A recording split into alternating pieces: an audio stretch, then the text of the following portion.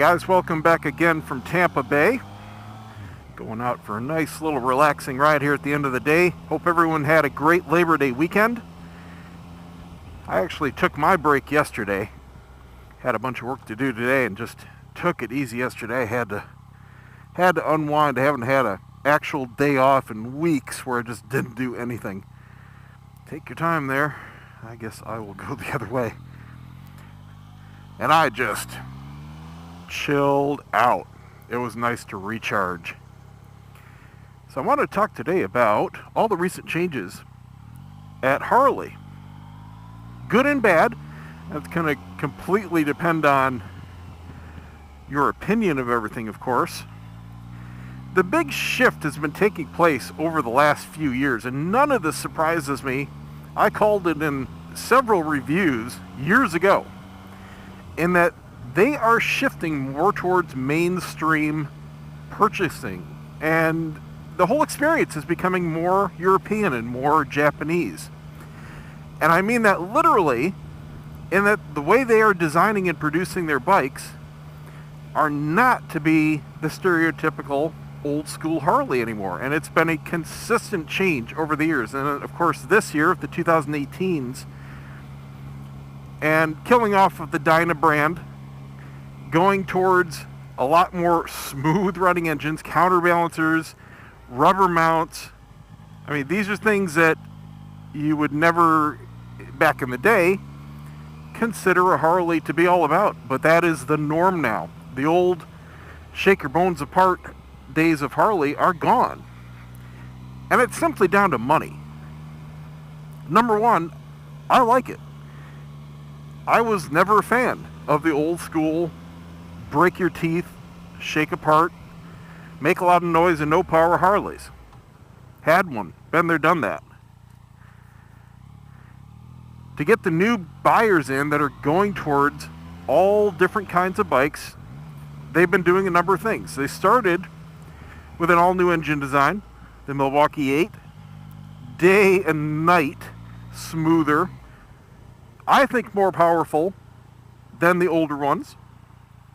Certainly more enjoyable for me to ride. The street lineup was their direct answer to smaller, lightweight bikes, exactly like this. How long has that signal been on? Oops, my bad. I can't see it unless I look down like this, and unless I'm concentrating on it. It's when I'm talking that it is an issue. It's just me because I don't multitask. Ooh, lots of sand. So their street series has been trying to get in the younger buyers. And it wasn't just about budget. They're fairly budget friendly. They're certainly overpriced for the competition, and that's probably why it's completely floundering. Number one, there's nothing special about them whatsoever. Absolutely nothing stands out. The power, the fit and finish, the features, the value, none of it. Handling, it's all just okay at best. And then you look at the price tag and you're like, nope, I'll go to Kawasaki, save a couple $1,000s, and get a better bike all around. Thank you very much. So nobody's buying them. It's a complete failure. It's also a total departure engine-wise, even from the new Milwaukee 8 engines. And I just don't know really what they were thinking with that line. Plus the fact that their marketing completely failed on it. That's the other thing that's absolutely critical, is marketing a brand new, ground-changing product. And they didn't do that at all with the street. They did it very well with the Milwaukee 8. Now they're getting a lot of flack from their existing customer base, and understandably so. I think they know that. They knew it going in, but they don't care because their existing customer base is not what's going to take them into the future. It's a dwindling customer base.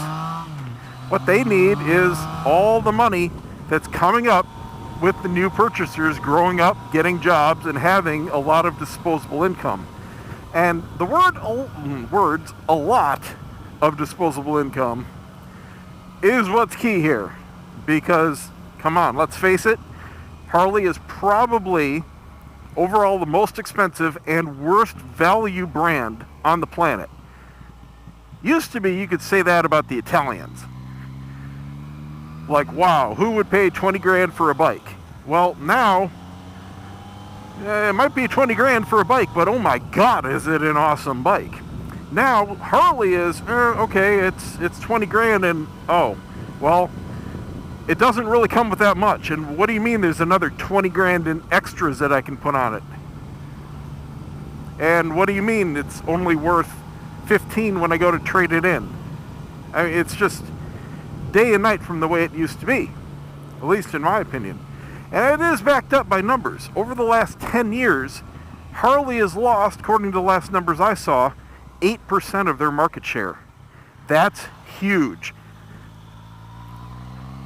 At first, I don't think they were too worried. They were probably chalking it up to the overall economy and market changes and so on and so forth, but it's been consistent. It's been a consistent decline for them over the last decade.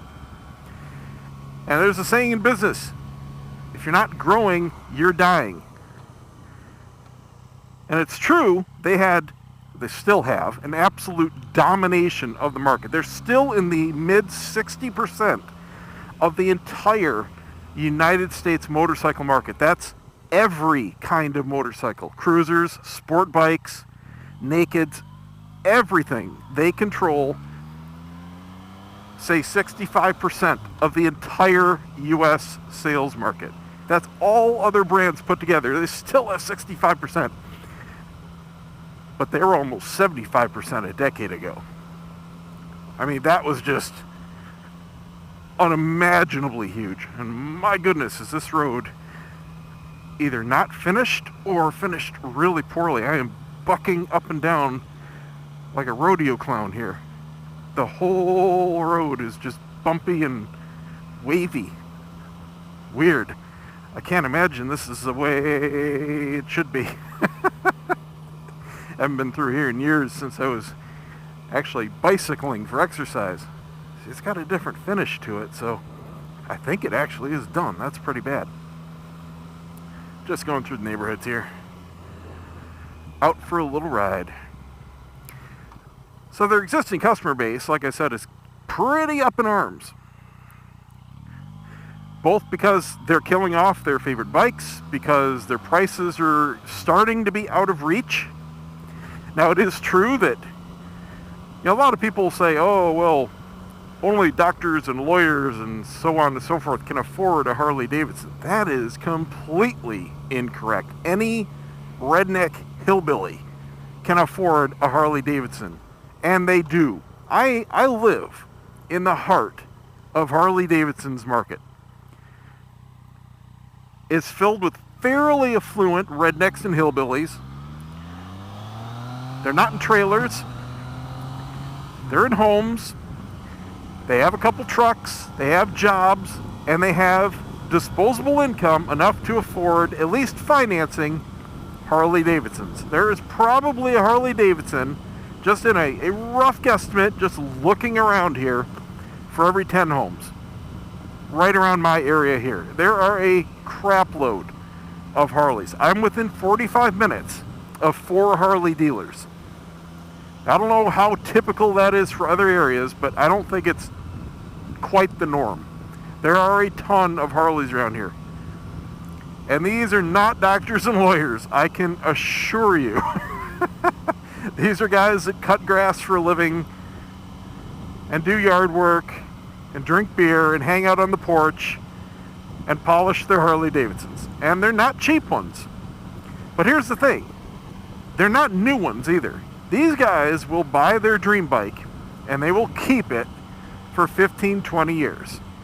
They might throw some different chrome on it here and there over the years, but they're not trading it in for the next new model every 2 or 3 years. Like I usually do that. If there's a new bike that comes out and it has features that, you know what, I just have to have it. Like my FJR, first year for the ES, yep, that convinced me, had to get it. FZ09, first year for this Gen 2, yep, that convinced me, had to get it. Will I keep them forever? Nope. I will keep them until the next bike that comes out with the features I have to have calls me, and that's it. But the guys that get the Harleys, the old school customers, they're not like that. They're not chasing the latest and greatest thing. They have their dream bike. And I think Goldwing owners and a lot of cruiser owners in general are like that. They love their bike. That is almost like a family member.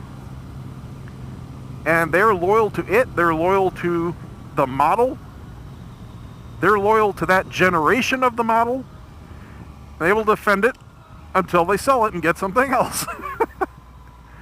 But the new models coming out, wow. I mean, they're nice. They're really nice. Feature-wise, fit and finish-wise, everything is getting better. But my goodness, that price has crept up. Case in point, look at their, I believe their most expensive model now, the CVO Road Glide, and it's topping $43,000 without all the optional bits. I mean, you could easily add another 10 grand at least in optional parts. Probably closer to 15 if you include performance things. Go all out. Get the special paint, the special covers. Because here's the thing. You're not just adding things to the bike. You're replacing all of those stock parts that cost an arm and a leg to begin with. It's like, okay, the regular bike, it'll come with a standard aluminum cylinder cover, right? But the CVO, it comes with a special chrome one with, a fancy design on it. That's an additional $300. Oh, you don't like that one? Well, here's another one for $400, and it's a slightly different chrome design. They do it. These guys will save up, and over the years, they will transform their bike with every little optional bit and piece. And they don't care about resale because that's so far down the road, it's just not important to them. So I can see why they're pissed off. But I think Harley knows this, and they don't care.